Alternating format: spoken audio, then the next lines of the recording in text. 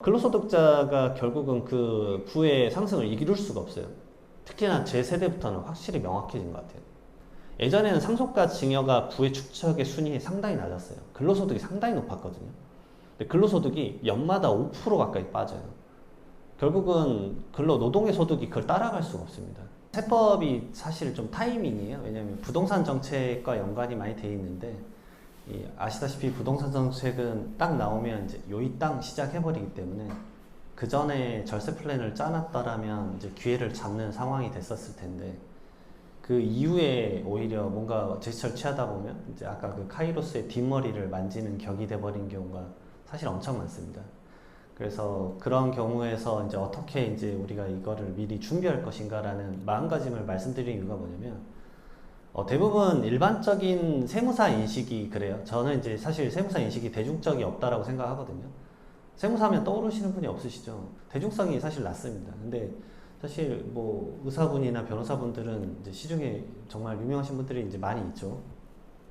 그래서 왜 많이 없나라는 생각을 해봤는데, 결국은 세법이라는 업무 자체가 사후 처리가 많아요. 그러니까 어떤 걸 끝나고 나서 자 이제 세무사 찾아가지 뭐 이렇게 하시는데, 사실 자산가분들은 미리 오세요. 사실 진짜 자산가분들 다 미리 오기 때문에 그것들을 좀 어떻게 인식하셨으면 좋을지를 좀 말씀드리고 싶어요. 제가 그래서 이제 자산을 어떻게 이제 바라볼 것인가, 그 다음에 텍스를 어떻게 바라볼 것인가에 대해서 좀 하나씩 좀 설명드리도록 하겠습니다. 첫 번째로는 이제 대한민국에 부자는 없다라는 얘기인데, 그래서 스스로를 부자라고 여기는 사람은 좀 찾기 힘들다. 그래서 그 하나은행이랑 국민은행에서는 이제 부자 레포트를 주기적으로 쓰죠. 매년마다 거의 씁니다. 그래서 22년 4월에 발표된 이 코리안 웰스 레포트 보시면 여기 부자정의, 은행에서 사실 레포트를 쓰기 때문에 다 금융자산 기준으로 좀 잡습니다. 그래서 금융자산 10억 원 이상 보유한 가구 기준으로, 그 다음에 그 아래 이제 대중부유층이라고 해서 1억 원에서 10억 원 이상인 분들 해서 그분들에게 이제 설문조사를 해서 일정한 해마다의 뭔가 변동성을 통계치로 내서 레포트를 내보내요. 그래서 그 접근을 해볼 때 이제 가늠자로 좀 쓰는 건데, 이때 이제 일반 대중이 생각하는 한국 부자는 이제 총 자산가액이 217억 원 이상은 있어야 된다. 근데 이제 이게 놀랍게도 불과 한 3, 4년 전에 70억 정도였어요. 그러니까 기준점이 엄청나게 빨리 증가했죠. 그리고 실제 부자도 최소 187억 원을 보유해야 한다고 부자라고 느끼는 거죠. 저는 이걸 보면서 또 어떤 생각을 했냐면, 오히려 일반 대중은 그 가늠자가 없으니까 수치가 이게 정확도가 낮은 거란 생각도 했어요. 부자분들은 자산이 자기가 보유하고 있는 그게 있고, 이 달성할 수 있는 무조건 이제 부의 상승이 뭐 부정적일 수만은 없죠. 왜냐하면 본인의 삶을 영위하는 거고, 이 자본주의 캐피탈리즘 사회 속에서 살고 있는 거니까. 근데 부자분들은 이제 잡을 수 있는 가늠자가 어느 정도 대부분은 좀 더 명확해요. 두루뭉술한 표현은 거의 없으시거든요. 근데 여기 일반 대중들은 정말 약간 대화를 나누다 보면 두루뭉술해. 그냥 건물 한 채 큰 거 하나 있고 막 이런 느낌의 이제 표현적인 거랄까요. 그러나 이제 설문에 조사한 참여가 부자가 실제 보유하고 있는 것은 이제 77억. 사실 엄청나게 이것도 급증했습니다. 정말 크게 상승을 한 거고요. 왜냐면은 세계적으로 이제 그 코로나19 때문에 엄청난 이제 양적 완화를 했기 때문에 엄청나게 이제 쏟아져 나왔었죠. 그러니까 자산 가치들이 엄청 이제 버블이 생겼고, 지금은 이제 약간 이 조정 상태잖아요. 약간 실은 흐름이 안 좋고, FOMC에서도 올 말까지 계속 금리 올린다고 하니까 그럼 자산 가치가 계속 좀 이제 잦아들 것 같긴 해요. 그래서 대부분 본인이 보유한 자산의 2배에서 3배 정도를 가져야 좀 부자라고 생각을 하는 거죠. 인식이라는 얘기입니다, 제 말은. 그렇기 때문에 제가 항상 느껴요. 상담을 많이 하지만 대한민국에 이제 부자는 없다라고 좀 느낍니다, 실질적으로. 그리고 이제 부자가 부동산을 많이 가지고 있을까? 저희가 말씀드리는 이유가 뭐냐면, 대한민국 사회에서의 부를 축적하는 게 어쩔 수 없이 이제 부동산 비중이 너무 높습니다. 진짜로 압도적으로 높아서 이걸 메인으로 좀 보셔야 되고, 사실 상속세가 발생하는 이유는 간단합니다. 뒤에서도 말씀드리겠지만, 그냥 돌아가실 때 평생 살았던 집 한 채 있으시고, 현금 얼마 있으시고, 보험금 받고 끝이에요. 근데 그 주택 가격이 예전에는 2억이었는데 지금 이게 20억인 거예요. 그래서 상속세를 내는 거거든요. 근데 그거에 대한 대비가 이제 하나도 없어서 그런 거죠. 그래서 이제 저는 이런 식의 통계나 어느 정도 수치를 좀 최대한 말씀드리고 싶었어요. 왜냐하면 사실 감만 있으면 사실 인지하기 어려운데 제가 상담을 하다 보면 저는 사실 다 부동산에 대한 상담만을 하거든요. 결국은 부동산 비중이 압도적으로 높으니까. 그리고 대부분 이제 엄청 고액 자산가 분들 아니면 대부분은 주택이세요. 대부분 주택에 대한 이제 어떤 컨설팅을 해야 되느냐. 그런 부분들에 대해서 많이 물어보고요. 그래서 보유 부동산이 규모가 크면 결국은 아까 말씀드렸지만 주택이 이슈입니다. 그렇기 때문에 종합부동산세 엄청나게 이슈가 되죠. 뭐 강남 3구에 아파트가 두 채 정도 있으면 종부세가 기본 1억에서 2억 막 이래 나오니까 그게 부담이 엄청 큰 거죠. 그리고 소득 수준은 크게 달라지지 않았어요. 왜냐면은 뭐 최저임금이나 이런 거의 여파라기보다는 이 벌어들일 수 있는 역량 자체는 사실은 해가 지날수록 압도적으로 높아지진 않거든요. 특히 근로소득자인 분들은 이게 엄청나게 높아지진 않죠. 왜냐면 사업소득 하시는 분들은 이제 이 변화는 좀 크게 생기겠지만 그리고 이제 세금만 늘어나기 때문에 그래서 부동산 고액 자산가일수록 이 종부세 부담이 가중돼서 적극적인 대응을 이제 정말 취하려고 엄청 하십니다. 그래서 보유 부동산이 50억 원 이상인 경우에는 이 매각보다는 증여 이쪽에 이제 의향이 좀 우세하다. 그래서 이제 여기 레포트에서 나온 건데 가군의 이제 세금 문제는 결국은 전부 다 세무사와 상담을 원하세요. 세무사와 상담을 원하는데 근데 이제 정말 상담 예약도 사실 엄청 많이 대기가 있는 편이고요. 그 다음에 부사의 자산 축척, 이게 이제 KB에서 나온 건데, 21년 이제 한국 부자 보고서에서는 이제 자산 축척을 어떤 식으로 했느냐라고 이제 통계를 또 내본 거죠. 거기서는 이제 첫 번째가 사업소득이에요. 무조건 사업소득입니다. 이제 자산 부의 축적을 하려면 사업소득이 1등이고, 그 다음에 부동산 투자와 상속 및 증여인데, 저는 이거를 이제 결국 해석한 게 어떤 식으로 해석했냐면, 사업을 해서 돈을 벌어들이면 한국에서 결국은 사업소득의 맥스를 찍을 수 있는 게 한계가 오니까, 결국 그거를 말 그대로 이제 이렇게 얹어 놓는다라고 생각을 하시는데 부동산에다 얹어 놓으면 부동산 가치가 올라가길 바라면서 본인의 사업소득 트랙도 올라가고 부동산의 자산가치 트랙도 같이 올라가길 바라는 거죠. 그래서 부동산에 대한 가치 투자가 올라가는 거랑 사업소득이 1, 2등일 수밖에 없어요. 항상 그 패턴이에요. 그러니까 대부분의 자산가분들은 무조건 사업을 하시고요. 그 다음에 사업을 하신 분들이 부동산 투자를 하세요. 한국의 형태입니다. 무조건. 미국 같은 경우는 주식을 70% 한다고 하잖아요. 본인의 자산에. 근데 한국은 부동산이 70%예요. 아까 봤다시피. 한국이 이제 특수 환경이잖아요. 왜냐면은 땅을 지을 수 있는 곳이 한정이 되어 있고, 그 다음에 완전 도시국가지 않습니까? 서울의 인구, 서울 수도권의 인구가 다 뭉쳐 있으니까, 50% 이상이니까. 그 다음에 넘어가는 게 이제 지금 세대가 바뀌었어요. 지금은 1세대, 2세대, 그리고 3세대까지 이제 보는데, 왜냐면 부의 축척이 이제 점점 점진적으로 개발이 되고 있죠. 그래서 3번이 결국은 상속과 증여입니다. 예전에는 상속과 증여가 부의 축척의 순위이 상당히 낮았어요. 근로소득이 상당히 높았거든요. 근데 근로소득이 연마다 5% 가까이 빠져요. 결국은 노동의 소득이 그걸 따라갈 수가 없습니다. 못 따라간다는 건 많이 인지들 하시고, 그 다음에 두 번째로는 이제 그 세대를 거칠수록 계속 말씀드리겠지만, 근로소득자가 결국은 그 부의 상승을 이룰 수가 없어요. 특히나 제 세대부터는 확실히 명확해진 것 같아요. 전 너무 명확하게 느낍니다. 부동산의 과거 역사를 가장 많이 알 수 있는 직업군이기도 해요, 저는. 왜냐면 저는 그분들의 취득계약서랑 양도계약서를 다 보고 신고서를 넣기 때문에 부동산 계약서를 가장 많이 보는 사람은 아마 세무사일 거예요. 특히 저 같은 경우는 데일리로 몇 개씩을 보니까요. 그럼 언제 취득하셨어요? 취득했을 때 가격 보면 1억짜리가 지금 막 30억 하고 이런 자산가치 상승이 어마무시한 게 느껴지는 거죠. 근데 그게 지금의 50대들은 이 패턴이 가능했었어요. 사업을 해서 돈을 축척한 다음에 부동산에 쌓고 그 다음에 상속 증여까지 해주면 좋죠. 근데 지금의 이제 20, 30대는 이제 불가능하죠. 사업으로 일으킨다? 저는 이제 점점 힘들어질 거라고 봅니다. 하나씩 말씀을 좀 드려볼게요. 현재 소득을 벌어들인 50대 이상 세대가 부동산 투자를 통해서 아까 말씀드렸던 거, 부의 축척하고 이를 자녀 세대, 이게 이제 3세대라고 저는 말씀을 드려요. 1세대는 지금의 80대 정도. 이 세 가지 공통점은 이제 무조건 첫 번째로 고액의 세금이 다 발생합니다. 이제 사업소득 계속 소득 고액으로 발생하고 부동산 투자 당연히 세금 발생하죠. 거래 비용 발생하고 상속과 증여 어마무시하게 발생하죠. 어떻게 발생하는지 뒤에 말씀을 계속 드릴게요. 그래서 이에 따라서 자산 관리하면서 세금 공부를 이제 꾸준히 하는 거죠. 그리고 두 번째로는 이제 데드크로스가 시작됐죠. 사망자가 더 많아지는 시점입니다. 확실히 출생자 수는 쭉쭉 줄어들고 있고, 그 다음에 사망자 수는 2020년 즈음 기점부터 해서 데드크로스 펼쳐져서 사망자 수 계속 늘어날 거예요. 제가 이걸 말씀드리는 이유는 이제 물론 제 시점이 다르길 바라는데, 한국의 GDP가 계속 성장할 것인가, 대기업 위주의 성장인데 이게 코로나 때 좀 더 많이 이제 압도적으로 이게 표출된 경험이 있어서 그걸 말씀드리고 싶었어요.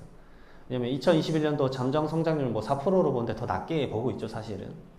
그리고 2020년 이후로 가장 높은 수준인데 2010년도에 GDP가 거의 4, 5% 최초로 찍고 그 다음에 계속 떨어지고 있다가 21년도에 갑자기 올랐던 이유가 뭐냐면 코로나 때문에 반짝했었어요.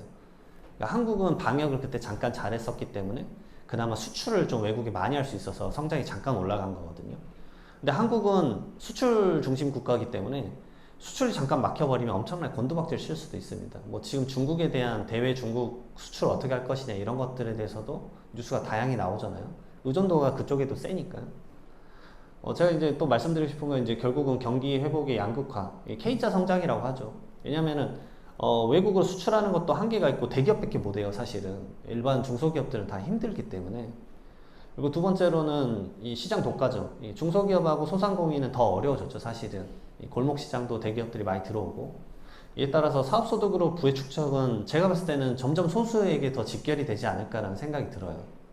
그러니까 예전에는 창업을 해서 우리가 일으켜보자 막 이렇게 말씀을 하셨잖아요. 그게 이제 점점 더 힘들어지지 않을까. 그래서 사업소득으로 인한 부의 축적이 저는 이제 점점 어려워지지 않을까. 막 예전에 이제 성공시나 이런 게 점점 막 어려워지는 느낌이 약간 들어서, 그래서 상속과 증여를 통해서 부를 이전하게 되는 이제 세테크를 더 중요하게 생각하시는 것 같다라고 좀 느낍니다. 그리고 이제 그러면 이제 세금 공부를 해야 되는데 세금 관련된 용어부터 사실 엄청 어려워하시죠. 왜냐면 공부하기가 사실 만만치는 않으세요.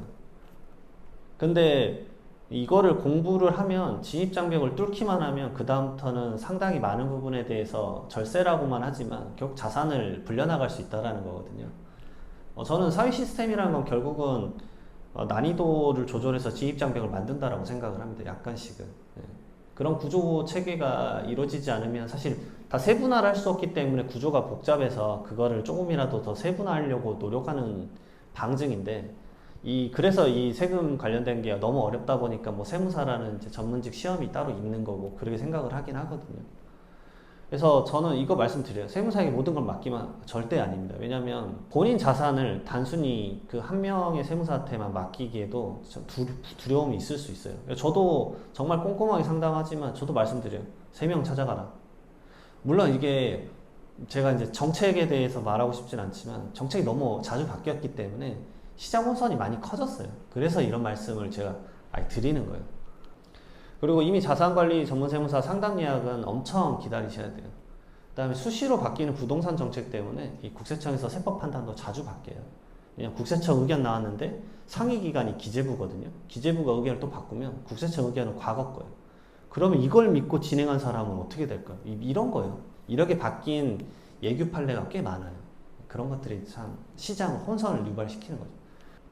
그 다음에 세금은 개개인의 상황이나 자산 형태를 모두 알아야 되기 때문에 정확하게 계산할 수 있어요. 그래야지. 그래서 저는 정말 이거는 정말 추천을 드리진 않아요. 그러니까 인사이트를 얻어가긴 괜찮아요. 그래서 접근 방식 있잖아요. 그리고 단톡방, 카페 이런 데 의견을 올리면 사실 좀 불확실하잖아요. 거기다가 질문 올려서 답변 받는 걸로 해결하는 거는 몇 억짜리 자산 움직이는데 정말 그건 아닌 것 같고, 근데 여기서 의견을 얻어갈 수 있죠. 어떤 사람들이 좀 툭툭 의견을 주실 수도 있고, 세무사님들도 안에 많이 있어서 본인이 이제 학습하기 위해서 의견을 드리는 경우도 있을 거예요.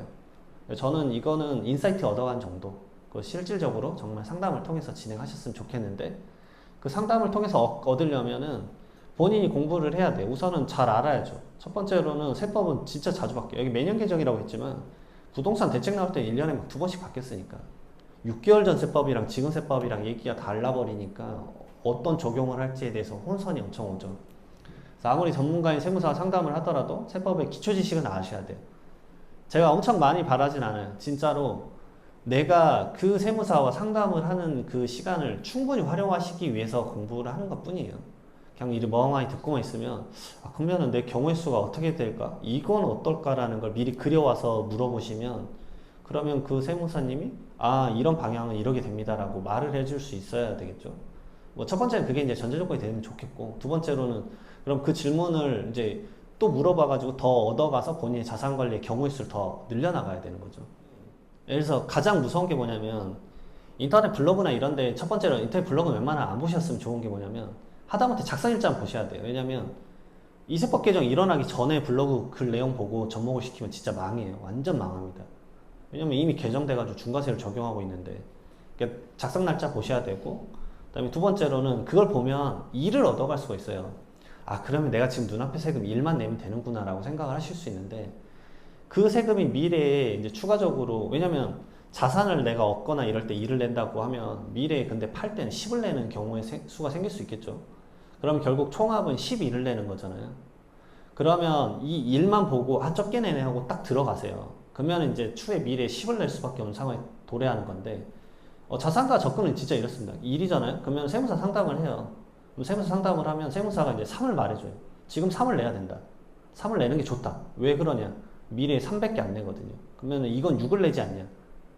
근데 여기서 이제 더 응용을 해요. 저 같은 경우는 이제 어떻게 응용을 하냐면 이 1을 10이 미래에 10일 내는데 이 1인데 이게 5까지 줄어드는 세법 개정이 일어날 수도 있고 이 5 이하를 만들 수 있는 방안에 대해서 지금 알아봤는데 그 경우의 수는 우선 없다. 그리고 3을 선택하고 미래에 3을 더 내는데 이 3을 2나 1로 줄일 수 있는 것도 지금은 없다라는 경우의 수 3개 정도를 더 말해줘요. 그게 상담이에요. 예. 그래야 본인도 얻어가는 거죠. 그럼 자산가는 그 4개가 뭔 말인지 이해하려고 공부를 하는 거예요. 진짜 간단해요. 뭐 진짜 공부를 안 하시는 분들은 그 이해를 못 하세요. 상담을 하실 때. 그래서 본인이 이제 느끼셔서 이제 공부를 하시는데, 그럼 전 상담할 때 그냥 책을 드리죠. 이거 읽어보세요. 여기 읽어보세요. 접어가지고 이제 드리는데 그게 좀 필요합니다. 그리고 이제 새로운 세법 개정안 나왔을 때 또 나오기 전에 본인과 시장 변화를 예측해서 자산 관리 형태를 변화해야 된다. 그래서 조금만 늦어도 시장에서 자산 손실 볼 수 있다. 그리고 이제 대한민국 부의 이전 이제 현주소라는 내용인데 이것도 상당히 영향을 미칠 거라고 봅니다. 왜냐하면 상속과 증여의 부의 이전에 영향을 미칠 거라고 보는 게 이것만 보시면 돼요. 1인 가구가 엄청 늘었어요. 그러니까 예전에 5인 가구 기준이 이제 국민주택 규모죠. 85제곱미터 이하. 그래서 예전에는 이 구조 형태가 엄청 많아서 1970년대만 보더라도 5.69명이었는데 지금은 2.3명으로 줄었고, 보시다시피 1인 가구랑 2인 가구가 엄청 늘었죠. 주변에서도 뭐 결혼 안 하거나 결혼하더라도 딩크죠. 아이 갖지 않고 이런 경우 엄청 많잖아요. 제가 이걸 보는 이유는 뭐냐면 제가 상담하면서 경험한 바예요. 부모 세대는 본인과 자녀를 한 울타리로 보시더라고요. 그래서 내 자녀도 좀 주고 그 다음에 둘째 자녀도 주고, 부의 총량은 그래 고민을 하시는데 제가 명확히 느껴요. 자녀 세대는 이제 사실은 너무 힘든 삶이에요. 사실 점점 힘든 것 같고 본인에게만 국한해서 고민할 수밖에 없어요. 왜냐하면 아둥바둥해도 어차피 주택을 못 산다라는 게 어느 정도 현실적으로 인식이 돼버렸잖아요. 그래서 자녀 입장에서는 본인이 받게 될 상속재산 지키기 위해서 다른 형제들과 크고 작은 분쟁이 또 발생할 수밖에 없습니다. 필연적으로. 생전에 부의 이전에 관심을 가지는 것이 필수다. 그래서 저는 이게 부모 세대뿐만 아니라 자녀 세대도 이걸 알아야 된다고 좀 많이 느껴요. 자녀 세대도 인지하고 있어야 돼요. 근데 부모 세대가 이제 이거를 인지 안 하면 그게 이제 가장 힘들긴 하죠. 부를 갖고 계신 건 사실 부모 세대니까. 그리고 이제 이 증여자의 관점, 그러니까 주는 사람 관점에서도 세금이 줄어든다는 걸 먼저 인지하셨으면 좋겠는 게, 이 상속과 증여는 받는 사람이 다 세금을 내요. 그러니까 세금이 너무 고액이다 보니까 그거를 좀 감이 없으실 수 있는데 2천만에서 3천만 명 정도가 종합소득세를 내서 전체 우리나라 총 세수의 30% 정도 차지하거든요. 그러면 간단히 계산하면 100만 명의 1%라고 계산을 해볼게요. 근데 상속세가 10,000명이 세수가 1%가 넘어요. 그러니까 비율 자체가 100배 차이에요. 그러니까 어떤 느낌이냐면 20억 정도 상속을 받잖아요. 상속세가 5억 정도 나와요. 근데 5억을 바로 내야 돼요. 그런 것들의 느낌이 아예 달라요. 내가 연말정산 때 70만원, 80만원 환급받을까, 그 수치 자체가 달라요. 세금 자체가 억 단위가 기본이기 때문에. 뭐 제가 저번에 신고한 상속세 건은 상속세가 44억 정도 나왔어요. 이런 식이에요. 감이 안 와요. 그래서 상속세를 낼 수가 없어서 건물을 팔아요. 그래서 부동산 시장 가보면 주택에서 금매가 다 상속이에요. 세금 내려고. 진짜로 다 금매를 내놔요. 1, 2억 싸게. 왜냐면 그래서 그것만을 노리는 사람들이 있어요. 그러니까 재건축 아파트 부동산에서 그걸 노리는 데가 많아요. 왜냐면 재건축 아파트는 오래됐잖아요. 아버지 세대가 갖고 있었던 거 재건축돼 가지고 아버님 명의로 있어요. 그러면 아 여기가 이제 약간 말 그대로 나이 드신 분들이 아직은 많다라고 인지를 하면 그 상속 물건만 잡으려고 이제 부동산에다가 전화해 놓는 경우도 있어요. 금매가 나올 테니까 그것만 노리시는 것도 있고. 그리고 이제 세금이 과도하다고 했는데 그러면 그렇다고 증여자가 주는 사람, 그 다음에 피상속인이 갖고 있었던 사람, 아버지 세대요. 그 다음에 받는 사람이 증여세에서는 수증자, 내가 받는다 그래서 받을 숫자 써서. 그 다음에 상속받는 사람은 상속인이라는 표현을 쓰거든요. 그러면 이제 증여 같은 경우가 왜 늘어나고 있냐면 이 OECD에서 세금이 증여세랑 상속세가 압도적으로 높은데 그렇다고 하더라도 증여가 왜 폭증하냐면 이 증여자의 세금을 줄이려고 해요. 왜냐면 수증자가 받아도 세금이 어마무시한데 내가 못 버텨서 이걸 증여하는 경우도 많아요. 이제 가장 대표적인 게 종부세죠. 종부세 2억씩 벌써 한 4, 5년 냈다고 해보세요. 10억이에요. 예. 그러면 아파트 하나에 줘버리는 게 나아요. 증여세 8억 내는 게 싸다라는 거죠. 그런 식의 이제 접근을 많이 하세요. 첫 번째로는 양도소득세예요. 왜냐면 다주택자인 분들은 주택이 양도소득세가 너무 과하기 때문에 팔 수도 없어요. 그러니까 예를 들어서 내가 예전에 1억에 사서 지금 20억이 돼서 좋아하지만은 않아요. 그러면은 양도 차익이 19억이잖아요. 근데 다주택자면 거기에 대한 세금이 82.5% 정도 나오니까 한 13억 내겠네, 14억. 남는 거 한 4, 5억. 근데 문제는 20억에 팔고 4억 남는데 세금 내고 못 사잖아요. 4억짜리 서울에 있는 아파트 절대 못 사니까. 이게 못 팔아요. 그래서 차라리 자산 가치가 계속 올라갈 것 같잖아요. 그러니까 자녀한테 증여를 해버리는 거예요. 왜냐면 자녀한테 증여를 하고 부의 가치가 상승하면 자녀가 그거에 대해서는 추가 증여세를 내진 않으니까. 그래서 증여 포인트가 이 대책이 나왔을 때 17년 8.1 대책이랑 18년 9.13 이쯤에 증여 포인트가 딱 있었어요. 그때 엄청나게 증여를 많이 하셨는데 그때 증여하신 분들은 아파트 가격이 자녀분들이 대부분 거의 2배 올랐어요. 그러니까 그거를 이제 아시는 분들은 자산가가 플래닝을 빨리 짜는 거죠. 그럼 자녀는 그때 당시에 증여세가 부담스럽다고 생각을 했지만 그 당시에 7억짜리 아파트 받았는데 지금 그게 15억이라고 생각해보세요. 그 증여세 감당할 만하죠. 근데 아버지가 그걸 계속 갖고 갔다 그러면 그러다가 증여 안 하고 돌아가셨다 그러면 그 상속세로 다 내야 되잖아요. 어마무시한 또 세금을 내야 되니까. 이 양도소득세가 너무 비싸니까 이것보다 싼 세금이 그나마 이 증여세여서 그래서 증여를 하는 겁니다. 그리고 지금 일시적으로 22년 5월 10일부터 23년 5월 9일까지 이 보유기간 2년 이상이면 이 양도소득세 중과 배제를 적용을 배제하고 있습니다. 그래서 이게 너무 살인적이어서 그나마 증여세가 싸요. 근데 증여세도 최고 세율이 50%거든요. 근데 그나마 싸다라는 거예요. 그냥 상대적으로 싸서 이걸로 부이자를 많이 해주고 자녀가 결혼이나 독립한다 그러면 터전 마련해주고 그래 접근하는 겁니다. 그 다음에 주택수 줄여서 말씀드렸듯이 보유세를 이제 낮춰야 되죠. 그래서 보유세 상당히 낮추려고 하죠. 왜냐면 1주택자만 가지고 있어도 이제 종부세 걱정해야 되는 시대가 왔으니까. 공동주택 가격을 엄청 올렸어요. 그러니까 주택이 한 채만 있으셔도 이제 종합부동산세를 내는 상황이 많이 펼쳐지실 겁니다. 올해 같은 경우는 약간 이제 좀 조정을 해줬지만. 그래서 2020년대 말 이렇게 공동주택 가격을 시가에 대해서 90%까지 맞추겠다. 뭐 이런 로드맵을 했는데 사실 살인적으로 올라가고 있어요.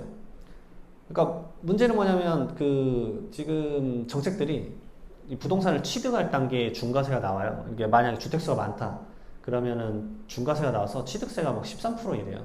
10억짜리 받을 때 취득세를 1억 3천을 내야 돼요. 그러니까 좀 비싸고. 그 다음에 갖고 있다가 보유하잖아요. 보유할 때도 중과세 내리고, 그 다음에 처분할 때, 양도할 때도 중과세를 때려요. 그러니까 주택을 갖고 있으면 오도 가도 못 해요. 그게 좀 힘들기는 하죠. 막상 그 부동산 가격 올라서 좋아하는 분들도 있겠지만 사실 그렇게 엄청 좋아하진 않아요. 종부세를 내야 되기 때문에. 그리고 지금 시장 보세요. 안 팔려요. 완전 매수적 우위잖아요. 네, 안 팔려요. 지금 막 3억 4억씩 내려놔야지 팔릴까 말까인데 이 도미노 갑자기 그걸 또 경험을 한다 쳐봐요. 근데 두 번째로는 이 공동주택 가격은 그렇게 안 내려가요. 그러니까 자기는 보유세는 계속 날리고 안 팔리니까 오히려 거기서 허덕이고, 대출금리 올라가잖아요. 이제 고정금리도 되면 그나마 낫겠지만 뭐 변동금리나 이런 것들 벌써 주담대 뭐 8% 얘기하고 있으니까 그런 것들에 대한 변화가 계속 생기겠죠. 이자율 변화가 생길 수 있고. 그래서 이 보시게 되면 표준 주택 가격이 이렇게 껑충껑충 올라갑니다. 원래는 2, 3%씩밖에 안 올랐어요. 인플레이션이 그 정도이기 때문에. 근데 막 기본 10%씩 올라가는 경우가 엄청 허다했습니다. 그나마 많이 줄어드는 거고. 갖고만 있어도 이제 계속 세금을 걱정해야 되니까. 그래서 이 종부세를 좀 줄여보고자 증여하는 경우가 아주 많았죠. 그 다음에 이제 상속세죠. 가장 핵심이죠. 불과 10년 전만 하더라도 이제 상속세 주변에서 혹시나 납부한다 그러면 막 친하게 지내라 그랬어요. 불과 10년 전에는 전국에서 1년마다 상속세를 신고를 하는 사람이 5천 명도 안 됐어요. 우리나라가 5천만 명 정도라고 기준 잡으면 1년에 5천 명도 상속세 사실 내지 않아요. 아주 낮은 비중의 세금이죠. 근데 지금 이게 엄청 올라가지고 지금 한 4배 정도 올랐죠. 그래서 한 2만 명 정도 이제 해마다. 근데 계속 늘어나실 거예요. 늘어날 수밖에 없는 이유가 뭐냐면 말씀드렸지만 아파트 한 채 있으면 그냥 세금 내셔야 돼요. 서울이나 수도권에서. 왜냐면 배우자가 없으면 5억, 배우자가 있으면 10억 원까지는 상속세를 안 내는데 아파트 가격이 예를 들어서 10억이다. 근데 배우자가 없다 그러면 그냥 5억에 대해서 세금 내셔야 돼요.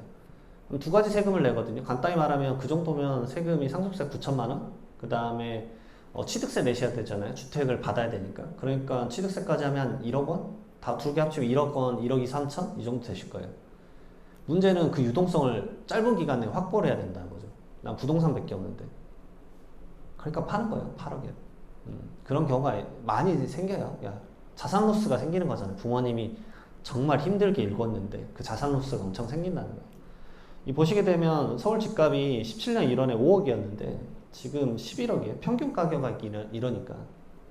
이게 불과 5년 전, 이거 부동산원에서 나온 거기 때문에 그냥 정확할 겁니다. 이 데이터로 한 거고.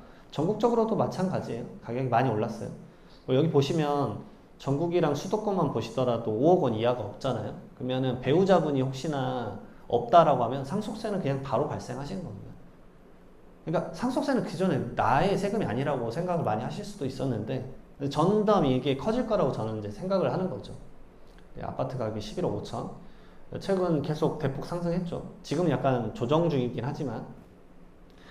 그리고 제가 봤을 때는 이 부동산 가격이 당분간 조정이 좀 오겠지만 국지적으로 일어날 것 같아요. 특수지역은 갑자기 또 확 몰려서 이게 뭔가 투자금이 몰려서 확 올라갈 수도 있을 거고 어떤 지역은 그냥 점진적으로 계속 하향할 수도 있을 것 같고 국지적으로 발생할 것 같아요.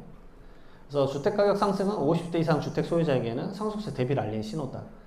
이게 또 말씀드리고 싶은 게 나는 평생 이 주택 하나고 여기서 그냥 계속 살고 싶어요.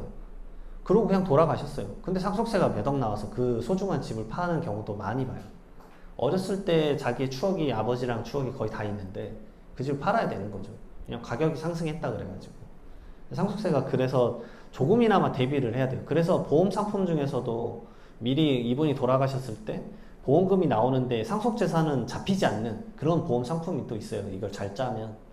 그러면 그런 거 짜서 자녀가 추후에 내가 죽었을 때 그 상속세가 과도한데 그 상속세를 보험금으로 내라고 하는 그런 상품이 이미 엄청 많아요. 그런 것까지 대비를 미리미리 하는 거예요. 왜냐면 유동성이 없으니까. 세금 어쨌든 유동성을 바로 내야 되잖아요. 네, 그런 게 있죠. 물론 이제 연부연납제도나 다양한 제도가 있어서 이 세금 내는 걸 좀 텀을 조절할 수 있긴 하지만 어쨌든 묵직해요. 그래서 여기 말씀드렸지만 배우자가 있다면 10억 원까지, 배우자가 없다면 5억 원까지. 특별한 경우를 제외하고는 과세 대상은 아니다. 근데 이제 현재 평균 가격 보면 상속세 준비를 좀 하셔야 된다. 라고 이제 말씀을 드리고요. 그 다음에 23년도부터는 취득세도 바뀌어요. 왜냐면 증여를 할 때 여기 이제 상속은 증여만인데 증여 취득세가 기존에는 이제 세법이 왜 어렵냐면 각각의 적용이 좀 달라요. 그래서 취득은 내가 받았을 때 얘기인데 증여를 해줄 때 취득세를 낼 때 그 기준이 지금 아파트 시세가 아니라 이 공동주택 가격, 그러니까 종부세나 재산세 내는 그 금액보다 더 낮은 금액, 시가가 20억 원이면 공동주택 가격 같은 경우는 14억 정도 하거든요. 14억 기준으로 취득세를 냈는데 그게 아니라 23년도부터는 그 전에 전후로 아파트 가격이 20억 원에 팔린 게 있으면 20억 기준으로 취득세 내게 하겠다라고 바뀌어요. 그러면 그 말은 뭐냐면 무조건 취득세가 올라간다는 얘기죠. 그러니까 이런 뉴스를 자산가들은 보고 빨리 움직여요. 타이밍이니까. 23년도 1월 1일 날 하는 순간 그냥 취득세가 무조건 올라가요. 30%에서 40% 이상 증여를 한다 그러면. 그러니까 이런 것들을 빨리 캐치하고 22년 12월 달에 분명 증여가 엄청 늘어날 거예요. 6월 달에 나온 부동산원 이제 통계치가 있는데 4월하고 5월에 증여가 엄청나게 늘었어요. 서울에. 간단해요. 6월 1일자로 과세 기준을 잡아서 재산세랑 종합부동산세가 그날의 주택을 갖고 있는 사람이 그 세금을 내야 돼요. 그런 세금이 있어요. 보유세는 그날 갖고 있으면 그날 세금을 내야 되거든요. 그러니까 4월까지 팔려고 내놓고 5월까지 팔려고 내놨는데 안 팔린다. 그럼 5월 말에 허겁지겁 자녀한테 증여를 하는 거예요. 왜냐면 나는 종합부동산세를 낮추기 위해서. 그래서 5월 말일자에 서울 부동산의 증여 건수가 폭등을 해요. 다 그런 타이밍들을 알고 계셔서 움직여요. 이 타이밍도 분명 지금 대비하고 있을 거예요. 한 가지로 신고 재산가액도 이게 제일 많아요. 10억 이하랑 20억, 이 여기가.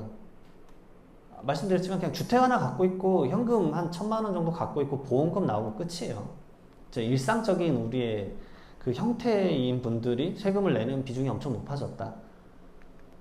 이게 왜 그러냐면 이게 상속세 및 증여세율이에요. 그러니까 과세표준이라는 거는 어떤 일정한 공제들 다 빼주고 아까 말씀드렸던 배우자가 있으면 일괄공제 5억 원이랑 배우자 공제 기본 5억 원 빼줘서 10억 원까지는 세금이 안 나와요. 그 다음에 수치가 과세표준이거든요. 저 수치가 이 정도면 이 세금을 내는 거예요. 그래서 30억 원이면 50%까지. 이거 왜 말씀드리냐면 이게 99년도부터 한 번도 안 바뀌었어요.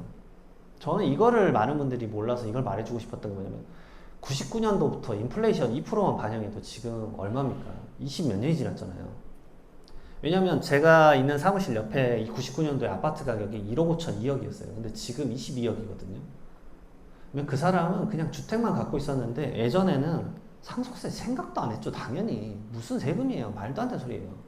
근데 지금 얼마죠? 22억이면 배우자 없다고 치면 과세표준 15억이거든요. 40%. 6억에다가 1억 6천 빼니까 4억 정도 돼야 돼요. 취득세까지 생각하면 4억 5천? 5억? 1억에 바뀌어요. 진짜 간단하게. 이게 너무 무서워요. 왜냐면 세율이 한 번도 안 바뀌었어요. 세율의 구간이나 이 구간을 좀 바꿔줘야 되잖아요. 인플레이션이는. 제가 말씀드리고 싶은 거는 세법에 접근할 때 딱 하나예요. 세법은 인플레이션 반영이 안 돼요. 개정이 되지 않는 이상에는 예전 거 세법이 계속 돼요. 여러분 종합소득세나 연말정산 하시잖아요. 연말정산할 때 왜 세율의 과세표준이 안 바뀌지라고 생각을 한 번도 안 해보셨죠? 1200만 원, 4600만 원. 아니 물가가 올라가고 임금도 상승하면 걔를 1200이 1800이나 2000으로 바꿔줘야 되지 않을까요? 왜 안 바꾸겠어요? 세금이니까. 나라가 이제 점점 필요하니까 그걸 안 바꾸는 거예요. 한 번쯤은 그 생각을 해보셨을 때요. 부가가치세가 왜 10% 내야 될까요? 우리나라가. 10% 상당히 높은 세율이에요. 부가세요. 근데 우리나라는 학습됐잖아요. 어렸을 때부터 당연히. 우리 물건 구입할 때 10% 당연하게 생각하잖아요. 근데 이렇게 좀 범위를 좀 넓혀주는 걸 99년도부터 한 번도 안 바뀌었다 라는 거를 인지를 하세요. 저상 그냥 갖고 있으면 계속 이제 상속세는 늘어나는 거예요. 그리고 하나 더 볼 게 뭐냐면 이제 혹시나 옆에 이런 분들 있으면 좋은데 내가 과세표준 이미 30억 원 초과잖아요. 그런 분들은 가만히만 있어도 돈이 굴러가요. 그러면 이자만 1년에 1억 받은다고 해볼게요. 그분은 그냥 숨만 쉬면 세금이 50%예요. 그러니까 1억이 이자로 붙어서 1억을 벌었지만 어차피 5천만 원 국가 세금이에요. 상속 펼쳐지면. 그러면 뭐 해야겠어요? 국가에 50%를 주실 건지 자녀나 손주한테 빨리 뿌릴 건지 그냥 빨리 결정하시는 거예요. 당장 내일 돌아가시면 그냥 계속 늘어나고 50% 계속 세금이에요. 하루하루 100만 원 늘어나면 50만 원 세금이에요. 그냥. 그래서 빨리빨리 이제 준비하시는 거고. 그래서 상속세 및 증여세율 20년 동안 바뀌지 않았다. 근데 그동안 인플레이션은 많이 바뀌었다. 이런 것들이 반영되지 않았다는 거죠. 가치는 엄청 올랐는데 이 재산 가치에 대한 누진세율이나 고율의 세율이 계속 이제 과도하게 적용이 되는 거죠. 제가 아까 말씀드렸지만 제가 이때 상속했을 때 세율이 아주 낮았어요. 적용받는 분들이. 거의 상속세가 안 나오죠. 자산 가치가 높지 않으니까. 근데 좀 지나니까 이거 적용받던 분들이 다 이쪽으로 넘어왔어요. 요즘엔. 뭐만 있으면 다 이쪽이에요. 아까 말씀드렸잖아요. 아파트 하나 있으면 이쪽이에요. 상당히 높아요. 세율이. 이게 어느 정도로 높냐면 이거 한번 보시죠. 그래서 내가 혹시나 과세표준 그게 어느 정도 금액이면 세금 얼마 내는지 한번 짜본 거거든요. 간단하게 이제. 왜냐면 수치를 봐야 감이 좀 오는데 아래 부분 괜찮아요. 10억까지도 감당할 만한데 여기 올라가는 순간 쭉쭉쭉 올라가요. 100억 올라가면 45억 내야 되잖아요. 45억을 6개월 내에 내야 돼요. 세금을.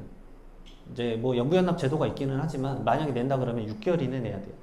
그래서 이건희 회장님 돌아가셨을 때 뭐 지금 추정 기사가 나왔었을 때가 상속 재산이 22조인데 상속세가 12조였거든요. 그 기네스북에 오를 정도로 가장 고율의 세금이에요. 전 세계적으로. 그럼 12조를 갑자기 낼 수 있을까요? 그럼 삼성전자 망할 거예요. 주식 다 팔아야 되니까. 그래서 그 상속인 분들이 그 세금 마련, 연부연납 시스템 당연히 했고, 그 다음에 그 세금 마련하려고 주식을 담보로 잡아서 주식 담보대출이라는 게 있거든요. 부담이 엄청 컸죠. 그래서 저는 이제 재산 목록 리스트 만드시라. 왜냐면 이제 간단하게 보편적인 상속과 증여 같은 경우는 이제 부동산, 현금성 자산, 그 다음에 주식, 사망보험금, 사전증여. 요 정도로 리스트 만들고 시가 변동 좀 파악은 해보시라. 왜냐면 제가 상담할 때 놀란 게 뭐냐면 자기가 가지고 있는 부동산 주소도 모르시는 분도 진짜 많아요. 왜냐면 한 번도 그런 걸 받아본 적이 없다가 이런 것들 자산 가치가 올라가니까 이제 좀씩 많이 받으시거든요. 뭐 상속과 증여에 대한 뉴스가 많이 나오니까 아, 이제 나도 대비를 해야 되나 라고 생각을 하시는 거죠. 그러니까 점점 대중적으로 바뀌고 있어요, 인식이. 없더라도 해보는 거예요. 그리고 상속세를 안 내더라도 이 증여나 상속은 알 필요가 없다고 생각을 하시는데, 아까 말씀드렸잖아요. 자녀 세대는 이제 먹고 살기가 너무 힘드니까 자녀가 뭘 하기 위해서 마중물을 주기 위해서 증여라는 것도 생각을 해봐야 돼요, 진짜로. 자녀가 뭔가를 스타트를 하기가 너무 힘드니까.